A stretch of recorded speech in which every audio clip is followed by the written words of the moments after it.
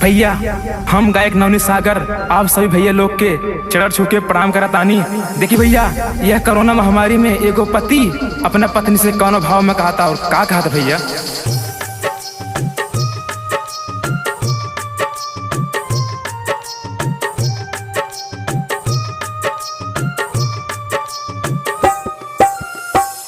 मरतानी खाए बिना देखिले सड़क के, मरतानी खाए बिना देखिले सड़क के, आवतानी घरे जान गड़िया पकड़ी के, आवतानी घरे जान ट्रक पकड़ी के।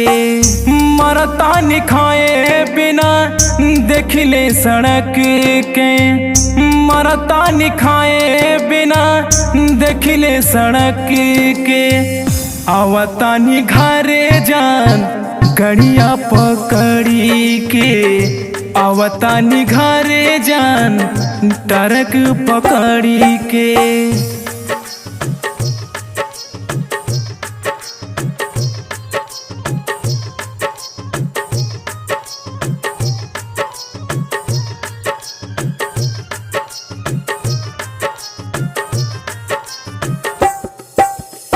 रहे नहीं देता केहू अपना शहर में, फेर लेता लोग मुहवा दुख के पहाड़ में।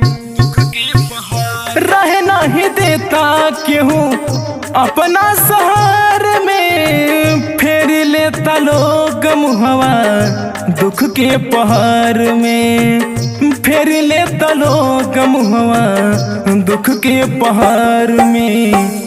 का होई का ना दिलवा सोचला तड़प के, का होई का ना दिलवा सोचला तड़प के, आवतानी घरे जान गड़िया पकड़ी के, आवतानी घरे जान ट्रक पकड़ी के।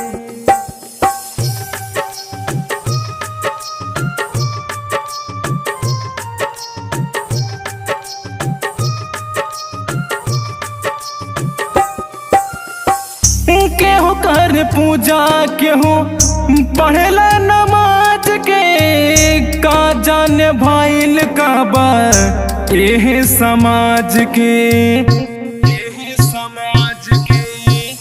केहू कर पूजा केहू पढ़ला नमाज के, का जाने भाईल का बा एह समाज के, का जाने भाईल का बा एह समाज के।